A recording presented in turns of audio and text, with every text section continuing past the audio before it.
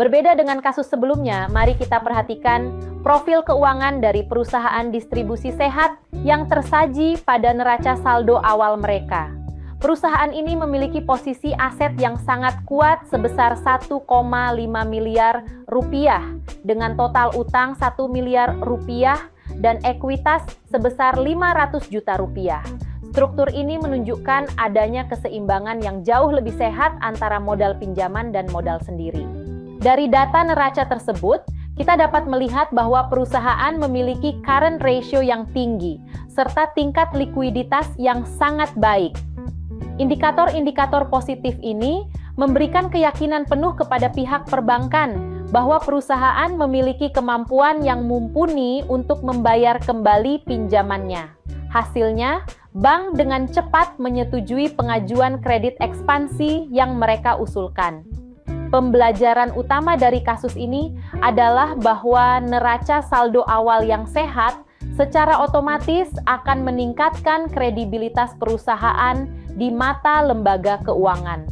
Dengan menyajikan angka yang transparan dan struktur modal yang kokoh, Anda tidak hanya merapikan administrasi akuntansi, tetapi juga membangun jalan tol bagi pertumbuhan bisnis melalui akses pendanaan yang lebih mudah dan terpercaya. Skenario terakhir yang perlu kita waspadai adalah kondisi ekuitas negatif, sebagaimana terlihat pada neraca saldo awal contoh kasus ini. Di sini, perusahaan memiliki aset sebesar 1,3 miliar rupiah, namun beban utangnya jauh lebih besar, yaitu 1,4 miliar rupiah. Ketidakseimbangan ini menyebabkan posisi ekuitas menjadi negatif 100 juta rupiah. Secara teknis, ini adalah sinyal bahaya yang sangat serius karena menunjukkan bahwa total kewajiban perusahaan sudah melampaui nilai seluruh aset yang dimilikinya. Bagi investor, profil seperti ini mengindikasikan risiko kebangkrutan yang sangat tinggi. Perusahaan dianggap tidak lagi memiliki nilai bersih dan berada dalam kondisi finansial yang sangat kritis. Dalam situasi seperti ini, pendanaan baru hampir mustahil didapatkan tanpa adanya proses restrukturisasi utang yang menyeluruh terlebih dahulu. Pembelajaran fundamental yang bisa kita ambil adalah bahwa neraca saldo awal mencerminkan keberlangsungan usaha atau going concern suatu perusahaan. Jika angka-angka di neraca saldo awal sudah menunjukkan ekuitas negatif, maka fokus utama manajemen bukan lagi pada ekspansi, melainkan pada penyelamatan perusahaan agar terhindar dari likuidasi total.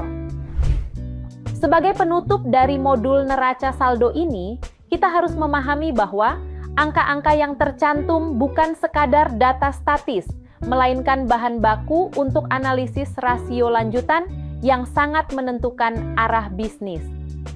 Dari neraca saldo awal, kita dapat menghitung berbagai indikator fundamental, mulai dari debt to equity ratio atau DR dan debt ratio untuk mengukur struktur modal, hingga working capital, quick ratio, serta equity multiplier untuk menilai efisiensi dan likuiditas perusahaan.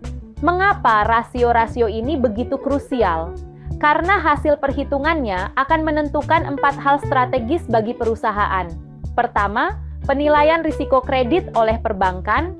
Kedua, penentuan cost of capital yang harus kita tanggung. Ketiga, penentuan strategi ekspansi yang realistis. Serta keempat, dasar dalam mengambil keputusan merger atau akuisisi. Dengan kata lain, penguasaan Anda dalam menyusun neraca saldo awal yang akurat adalah kunci untuk menghasilkan analisis yang tajam. Tanpa data awal yang valid, seluruh keputusan strategis ini akan kehilangan pijakannya, yang pada akhirnya dapat membahayakan stabilitas keuangan perusahaan dalam jangka panjang. Sebagai penutup dari seluruh rangkaian pembahasan kita, mari kita lihat gambaran besar bagaimana proses akuntansi terintegrasi langsung dengan optimalisasi bisnis melalui alur strategis yang sistematis. Semuanya dimulai dari posting, yaitu input transaksi ke buku besar sebagai tempat rekonsiliasi akun utama. Dari buku besar, kita menyusun neraca saldo untuk memastikan keseimbangan saldo yang valid. Tahap krusial berikutnya adalah analisis rasio, di mana kita mengevaluasi likuiditas dan leverage perusahaan. Hasil analisis inilah yang menjadi dasar bagi keputusan pembiayaan, di mana manajemen memilih struktur pendanaan yang paling optimal. Penting untuk kita camkan bahwa optimalisasi bisnis yang berkelanjutan memerlukan 4 pilar utama: struktur biaya yang efisien, leverage yang optimal, likuiditas yang aman, serta profitabilitas yang berkelanjutan. Seluruh pilar ini mustahil dapat dicapai tanpa data yang akurat. Kesimpulan besarnya adalah efisiensi operasional dan ketepatan keputusan strategis sangat bergantung pada presisi yang kita lakukan di tahap paling awal, yaitu akurasi buku besar dan neraca saldo. Dengan menjaga integritas data di setiap langkah alur ini, kita tidak hanya sekadar menyusun laporan, tetapi sedang membangun fondasi bagi kejayaan dan pertumbuhan bisnis di masa depan. Sebagai penutup modul ini, kita dapat menyimpulkan bahwa neraca saldo awal bukan sekadar ringkasan saldo akun permanen seperti aset, kewajiban, dan ekuitas. Lebih dari itu, ia adalah titik awal krusial yang mencerminkan posisi keuangan aktual perusahaan dan memastikan keseimbangan sistem sebelum aktivitas periode baru dimulai. Kita telah melihat bagaimana perbankan dan investor seringkali menjadikan neraca ini sebagai dokumen utama untuk menganalisis tingkat likuiditas, solvabilitas, serta leverage perusahaan melalui rasio-rasio seperti DER, debt ratio, dan working capital.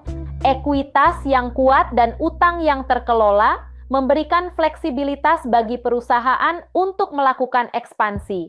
Sementara ekuitas yang rendah atau negatif menjadi sinyal risiko finansial yang tinggi. Oleh karena itu, penyusunan neraca saldo awal harus dipandang sebagai instrumen strategis untuk menilai kesehatan keuangan dan keberlangsungan usaha atau going concern perusahaan. Neraca yang sehat akan memperkuat akses pembiayaan dan mendukung optimalisasi struktur modal dalam jangka panjang. Dengan memastikan akurasi di tahap ini, Anda telah menjaga kredibilitas bisnis Anda di mata seluruh pemangku kepentingan untuk periode mendatang.